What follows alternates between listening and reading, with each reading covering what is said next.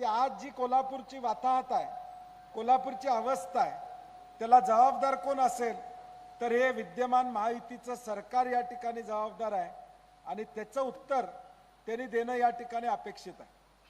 कारण की मी म्हटलं तसं 100 कोटीचे रस्ते आले, ते काय झाले या बातम्या तुमच्याच आम्ही त्या ठिकाणी दिलेल्या आहेत।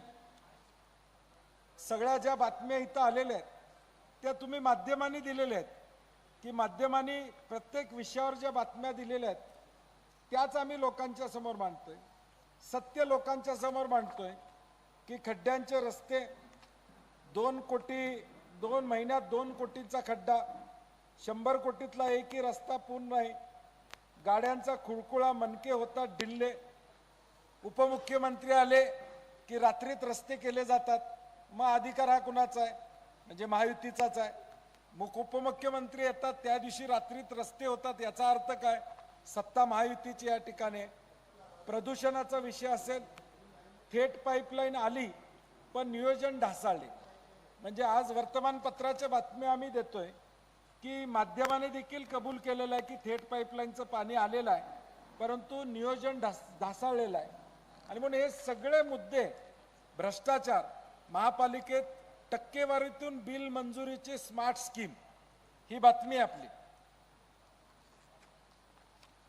स्मार्ट स्कीम, हे आम्ही वर्तमानपत्रामध्ये आलेल्या बातम्या, सांडपाण्याची समस्या उग्र, नागरिक त्रस्त, ड्रेनेजचा भ्रष्टाचार असेल, निधी 38 कोटी तरी प्रदूषणात भर, पंचगंगेत सांडपाणी, आकाशात धूर, ह्या सगळ्या झूम प्रकल्पाचा विषय असेल, पार्किंगचा विषय असेल, वाहतूक कोंडीचा विषय असेल, ड्रग्स, मारामारी, खून, कायदा व सुव्यवस्था या कोल्हापूर शहरातली बिघडलेली आहे, याला जबाबदार महायुती आहे।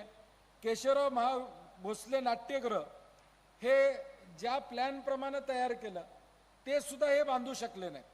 म्हणजे मी विजिट त्या ठिकाणी केली नाही, परत ते म्हणले असते विरोधक आमच्या कामावर टीका करतात, परंतु तिथला जो काही रिपोर्ट आला, श्रीमंत छत्रपती शाहू महाराज आणि तिथली कमिटी ज्यावेळी गेली त्यावेळी जे ठरलं होतं त्याच्यापेक्षा वेगळं तिथं झालेलं आपल्याला अनुभवाला त्या ठिकाणी आलेलं आहे।